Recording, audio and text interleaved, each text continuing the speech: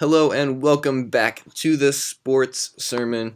We are here today, me and Jason, to recap Game 2 of the 2017 NBA Finals, a game in which the Warriors won 132 to 113 over the Cleveland Cavaliers. Jason, what'd you see out there? Can you give us some stats from last night? Well, let's look at the Cavs first. The losing team last night. Kevin Love had a pretty good game, going 27.7 rebounds. LeBron, the man of the night for the Cavs, 29, 11, and 14. Kyrie, 19 points, 2 rebounds, 7 assists. Over for the Warriors, you've got Klay Thompson finally turning it on, getting 22 points, 7 rebounds, and 1 assist. Draymond Green with 12 points, 6 rebounds, 6 assists. Kevin Durant with 33 points, 13 rebounds, 6 assists. And Steph Curry with 32, 10, and 11. So, when you look at those stats, when you just watch the game overall, neither team seemed to really take it from one another until that end of third, early fourth quarter. And when it comes down to the Cavs, it's kind of the same thing we talked about in game one. It's just other people than LeBron having to step up. And besides Kevin Love, no one really did again last night. And on the Warriors side, Steph Curry toasted Kyrie Irving all night long when they would be on each other. Whoever was guarding Steph, no one could stop him. Klay Thompson finally got his shooting stroke back. Draymond was himself, got in some foul trouble, so that's why his stats are down, but played a great game defensively. And Kevin Durant did his thing and put up a great stat line. Yeah, if you look at the stats, obviously Klay Thompson, the big improvement from game 1 to game 2, shooting 3 for 16, and then coming back in game 2, shooting 8 for 12. Kevin Love also stepped it up, 12 for 23 shooting, 27 points. But Kyrie for the Cavs, only shooting 8 for 23 with 19 points. He just did not look like the Cavs' second best player out there last night. Yeah, he really seemed to struggle. Very non-existent last night. But I mean, also the role players, 4 of their main key contributors in J.R. Smith, Deron Williams, Channing Frye, and Kyle Korver only combined for 18 points. And if you throw, it only combined for 10 points. And if you throw Tristan Thompson there, then it's 18 points. So those 5 guys need to combine for a heck of a lot more than 18. And especially that second unit cannot combine for 2. Or for 8, sorry. Yeah, and if you look at some of the team stats that really stuck out last night, the three-point shooting for both teams, the Cavs shot 8 for 29. That's not going to win them games against this Warriors team. And the Warriors obviously shot a lot better.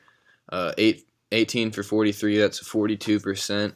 And also the turnovers kind of flipped in game 2, the Cavs having 9, with the Warriors having 20, including 8 from Steph Curry. Steph Curry a little reckless, but he definitely played great, dropping the triple-double, and did great out there last night. Yeah, definitely. So, Dylan, who's your game MVP? Well, I think we got to go with the same one that we all had last time. Kevin Durant, 33 points, 13 rebounds, 6 assists, 3 steals, and 5 blocks for the guy. I mean, not really much the Cavs could do out there against him. Kevin Durant just took over again last night, especially on the defensive side. The 5 blocks for him were something that he usually does not contribute, but did a lot better out there and maybe even improved on his game 1 performance that he just completely took over. Yeah, I had KD also, but I think if you're going to look past KD, it's got to be Steph, I guess. Steph struggled in the first half, but in that second half, it was all Steph. No one could stop him, no matter who they put on. They put Kyrie on him. They put JR on him. They put Deron Williams on him. He was out there balling, toying with the Cavs defense, had LeBron on him at one point and cooked him up. So it's got to be Steph or KD. Those two, great duo for in the league right now. Yeah, the only reason I didn't say Steph, I think, is because of the 8 turnovers and KD's defensive presence with Definitely. the 3 steals and 5 blocks. But let's move into underperformer for last night. Jason, who'd you have? So I went Kyrie. I felt like that was the most non-existent 19 points in the game. I was watching with a couple friends, and we just kept commenting on how Kyrie literally did nothing that entire game. He'd make a shot every now and then, and he'd get to the rim with a beautiful layup, and then it's like, where has that been all night? And he'd take off another 10 minutes and do it again. So I thought Kyrie really struggled when he was on defense, got toasted by Steph and Klay. Like you mentioned, shot 8 for 23. My underachiever was an obvious Kyrie Irving. Really terrible game for him. Yeah, I had 2 actually. I said Kyrie also. 8 for 23 shooting. If you're going to take the most shots on the Cavs with 23, you've definitely got to make more than 8, and he's got to put up at least 20. there's times he really should have gone to the rim more. His jump shot was just not falling at all. But my second one is J.R. Smith. Mm-hmm. And could that be like the worst performance ever? 0 for 2 shooting and 4 fouls. 3 of them, I think, were just insanely dumb on Steph when he wasn't even around the rim, fouling him on shots, and put up a minus 18 in 14 minutes of playing time. And a starter. Yeah. JR definitely struggled last night. But the only reason I didn't think he'd be the underachiever, just because, like, although he's a starter, he doesn't have the same impact Kyrie can. Like, JR can put up 20 at his best. Kyrie can put up 50 at his best. So that's the only reason I put Kyrie the underachiever. I thought he struggled all night long and was just really irrelevant for a number 2 player on a team. Yep, I definitely agree. We saw Steve Kerr come back last night. Do you think that had an impact on the game? I really don't think it did. From listening to like the press conferences and just like different people around the league, Mike Brown didn't try to really shake it up. He really did what Steve Kerr did, minor adjustments here and there. I don't know if it mattered that much, except for that Kerr brings an energy. So I think they definitely lost that Steve Kerr energy, but I don't think him coming back was like the reason they won or anything. I think Steve Kerr's a great coach, don't get me wrong, but I think Mike Brown did just as well, and either way they were going to do what they did. You think it helped Clay at all?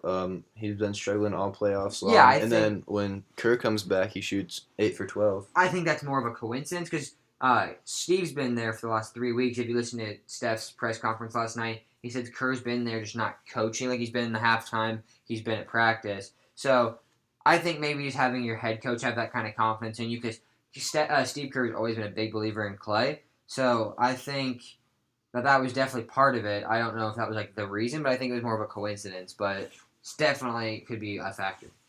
And speaking of Steve Kerr's press conference that you mentioned, he said in his press conference, if we play the same game in Cleveland, there's no way we win. So do you think the Warriors improve and are able to play a better game? So are you asking for a prediction? Yeah. Yeah. I think the Warriors will. 20 turnovers are unacceptable for the Warriors. I think that's what he was referring to. Those turnovers were unbelievable. Steph having 6 turnovers can't happen. Draymond having 3 fouls in the first quarter can't happen. All in all, I think they will play a better game. We saw it last night. LeBron will not be able to carry the team to beat them. And it's just as simple as that. So I think the Warriors win by 9. Yeah, I can see that, but I really don't know, besides the turnovers, how the Warriors really could have improved last night. And if they play the same game, I agree with Steve Kerr. I don't think that they win. I mean, the Cavs role players, outside of LeBron, Kevin Love, and Tristan Thompson, they shot 17 for 52. That's 33%. And really, the Warriors only dominated the last 17 minutes of the game. With 5 minutes left in the third quarter, they were up 86-82. Steve Kerr calls timeout, and then the Warriors go on a run. But besides that, the game was closely contested, and I think if the Cavs can just hold on for a little bit longer, if they get some solid minutes from JR and Iman Shumpert, if they can fill some time at the 2, Kyrie plays better, I think the Cavs have a real good shot at winning, and I will pick them again, 114-104. I think Kyrie comes back, has a better game, and drops 30 points, and Katie and Steph go on the road and cool off a little bit on the offensive side, and the Cavs are able to take Game 3. I don't know. I just cannot get behind the Cavs winning right now. You can't just flip on defense. You can't just flip that switch. It's been a problem since January. We've been talking about it. That the Cavs need to flip the switch. The Cavs need to flip the switch. Oh, they'll do it in the playoffs. Oh, they'll do it in the second round. Oh, they'll do it in the third round. Oh, they'll do it in the finals. It's the finals, of course. First game, KD, 6 first half dunks. Second game, 16 fast break points in the first quarter. You cannot let the Warriors run. And the Cavs' biggest issue is the tempo got fast, and no team can handle the Warriors when they're playing fast. You're not gonna be able to stay with them. You're gonna outwork yourself, lose that energy, and that's what you saw happen is they just tired down. No team in the NBA can play an entire 7-game series with the Warriors, in my opinion, because they tire you out every single night. I think the tempo, especially going back home, will help the Cavs a little bit. I think they'll be able to slow it down a little bit more, play some more half-court offense, and not let the Warriors get out and run as much. I mean, that was the issue that they tried to do that, and so they would try to like crash the boards more, so that way the Warriors couldn't get the offensive rebound and get into like a quick pace. But yet the Warriors still out rebounded them by like 11 or 14, as I think it was. I think they had 45 and 59. So the Warriors are almost like preventing them from doing what their main thing is, which is trying to slow down the tempo. If they were going to do it, they do it last night, and the entire game was quick paced, up and down the court. Here we go, three layup, whatever it may be. There were multiple times the ball would go out of bounds, they'd make a shot, and Draymond would push it up, and easy dunk would go by. The Cavs, the biggest issue for the Cavs is defense. They are playing terrible on defense, despite the turnovers. A lot of them were just bad plays by the Warriors and not anything the Cavs did. If the Cavs want to pull out a game, which I'm not sure they will, they have got to lock down on defense because you cannot leave Steph, Clay, KD, and Draymond all open. You've got to guard a few of them. And there were multiple times Steph got wide open looks, even if he didn't make them. Clay got wide open looks, even if he didn't make them. KD, Draymond the same. You've got to lock them down because you cannot stay with them for 48 minutes. So when they're in, you cannot let them score. I just think that at home, a lot of those shots really won't go in. Those heat checks for Steph and KD, I mean, they hit some incredible shots. He's been doing it all year, though. I mean, the last 3 years, Steph's been doing that. Yeah, but I just don't think a lot of those go in on the road.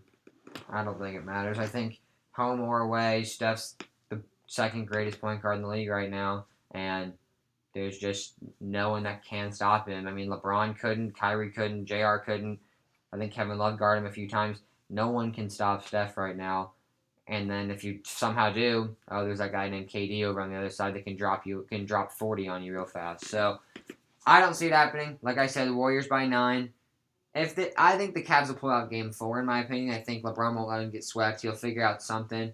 But I'm staying by my prediction that Warriors in 5. Are you still confident in the Cavs in 7? I'm not as confident, but, I mean, this year, the same thing as last year. Warriors up 2-0, and they actually had a bigger point differential, plus 48 in their first 2 games than these first two games this year, which is 42. So I don't think LeBron has them right where he wants them or anything. But you know what they say, a series never starts till a road team wins. So we'll have to see in Game 3 at Cleveland if the Warriors can take a game on the road, if the Cavs can defend home court, and if the Cavs can get back in the series. All right, so we will have one for you either Thursday or Friday, a finals Game 3 recap.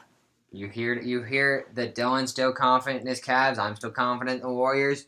Game 3 will be deciding. If the Cavs lose Game 3, you think they'll still be able to do it? No. I mean, it's obviously a must-win game. I mean, if you go down 3-0, it's never happened. Team coming back and winning it, so I don't really see it happening now. So you'll flip your prediction if the Warriors can pull out next game. Yes. All right, there you go. We'll see on Wednesday night the Cavs and Warriors play. Make sure you tune in to our podcast the next day. And we will see you tomorrow as we will be doing the What's Next series. We are continuing that with the we're going Toronto Raptors, I think, is what we've decided. So Raptors are tomorrow, and then the Dolphins are the day after in the season preview. So you don't want to miss it. That's what's coming up. Thank you for listening, and make sure you subscribe and like the video to make sure you get notified when our next video is coming out, and we'll see you tomorrow. Thanks, guys.